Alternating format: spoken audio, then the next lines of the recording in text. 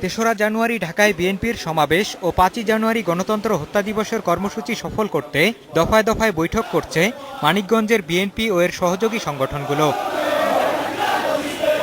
কর্মীদের মানসিকভাবে প্রস্তুত করতে যোগাযোগ বাড়ানোর পাশাপাশি তৃণমূল নেতাদের প্রয়োজনীয় পরামর্শ দিচ্ছেন জেলার নেতারা। কারণ এবার তোমার দেয়ালে পিঠ থেকে গেছে অতিষ্ঠের প্রশ্ন। গ্রেপ্তার এড়িয়ে সময়মতো রাজপথে শক্তি প্রদর্শনের কৌশল নিয়েছেন তারা। আন্দোলন করে মানিকগঞ্জের রাজপথ থেকে যাতে এই দুঃশাসন বিরোধী আন্দোলনের একটি সুফল বয়ে আনতে পারি সে প্রচেষ্টা আমাদের ইতিমধ্যে গ্রহণ করা হয়েছে। নারায়ণগঞ্জে বিএনপির তেমন কোনো প্রস্তুতি দেখা না গেলেও সরকার পতনের আন্দোলনের সূচনা করার লক্ষ্য নিয়েই এগোনোর দাবি নেতাদের।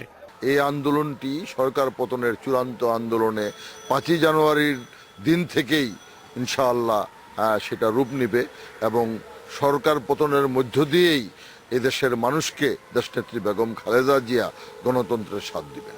কেন্দ্রের নির্দেশ অনুযায়ী ৫ই জানুয়ারির কর্মসূচি সফল করতে সব ধরনের প্রস্তুতি রয়েছে নেতাকর্মীদের, এমনটাই দাবি নরসিংদীর বিএনপি নেতাদের।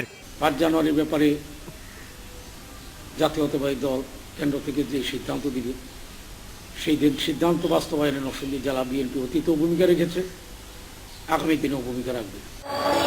তবে আন্দোলনে কোনো ধরনের হিংসাত্মক কাজে না জড়ানোর প্রতিশ্রুতি দিয়েছেন বিএনপি নেতারা। মঞ্জুর মোর্শেদ, ইন্ডিপেন্ডেন্ট নিউজ।